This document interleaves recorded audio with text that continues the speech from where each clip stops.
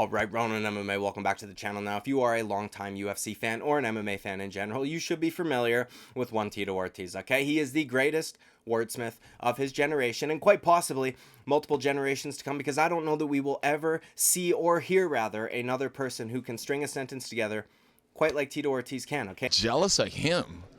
This guy can't even put a fucking sentence together, man. Are you kidding me right now? Now, about 4 months back, Tito Ortiz was on Rampage Jacksons podcast. I was completely unaware that this episode even existed until I saw a clip last night. And this clip I felt I had to share with you guys because the information in this clip blew my fucking mind. And I figured if I haven't seen this, I bet a lot of you haven't either, okay? Now, as I said, I'll play this clip for you in just a second, but just to briefly summarize it, in this clip, Tito Ortiz claims, or alleges rather, that he is the sole designer of the UFC's MMA gloves. If you are an MMA fan, you will be fully aware that those gloves are shit. UFC's gloves are dog shit, okay? And it all makes sense now. If Tito Ortiz truly is the one who designed these gloves, it all makes sense. I'm going to play that clip for you, and then we will talk about it on the other side.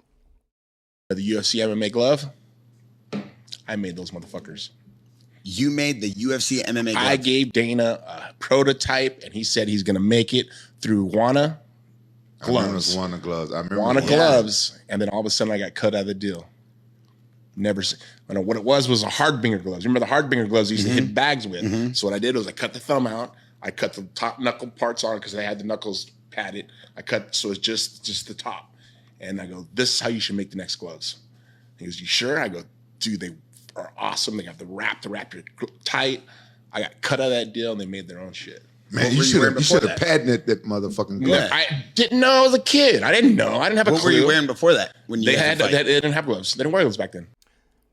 All right, now, as I said, in this clip here, Tito Ortiz goes into pretty explicit detail as to how he designed these gloves, right? He talks about how he took an old pair of Hardbinger gloves, which I will put a picture of them up on the screen for you guys so you can understand what we're kind of talking about here, right? And he cut the thumb off, and he cut the top row of knuckles off, which in my opinion is maybe the sole reason for why we have so many eye pokes in the UFC, okay? Tito Ortiz objectively made these gloves fucking worse, because if they had padding going all the way up to there, it would be a hell of a lot harder to have your hand in an open, flat position. Now, I don't know, man. You tell me, but Tito Ortiz is pretty famous for claiming that he wants to outlive his children, all right? I take care of myself now. Now it's about my kids. You know, I want to live. I want to outlive my children. Of course, 100%.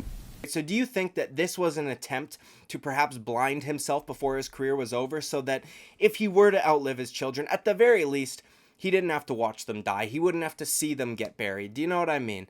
Or maybe, just maybe, did Tito Ortiz think to himself, I want to be able to cut fucking onions while I'm wearing my MMA gloves after training? Yeah, cut an onion the correct way. At least my way. That's correct.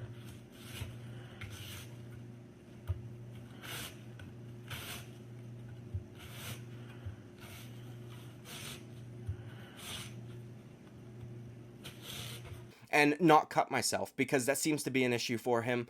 Also, right now, to be fair, I don't know how much we could expect from a guy that trains 22 days a week. I do for this fight. I train 6 days, actually 6 days a week, 5 days a week. I'll train 3 days a week. One of those days I will train 2 days of the week. So 6 days a week I'll be training. You know what I mean? He must be fucking exhausted all of the time. So I'm not going to hold this against him all that much. But as I said earlier, it makes so much fucking sense now, right? Now, who knows? Maybe Tito Ortiz is just reaching for those grapes, or those sour grapes and wine that begin to sound like a fucking violin, so he can have his grapes and wine and all. He's reaching for those grapes. He's trying to make his wine, and the wine's already sounding like a violin with that cheese and wine. This shit, right? Maybe he's just salty about his relationship with Dana White, but maybe he actually is onto something. Maybe he did actually design these gloves, and I'm gonna fucking assume he did, because to me it makes it a hell of a lot funnier, okay? Now, I would like it if Dana White heard this clip, maybe came out, made a statement about it, maybe came out, confirmed or denied that this was true. I would like to know, as long as he does not deframe Tito Ortiz's character, we should be all right. I just want to be treated with respect by you guys, man. Respect me for the fighter I am, and don't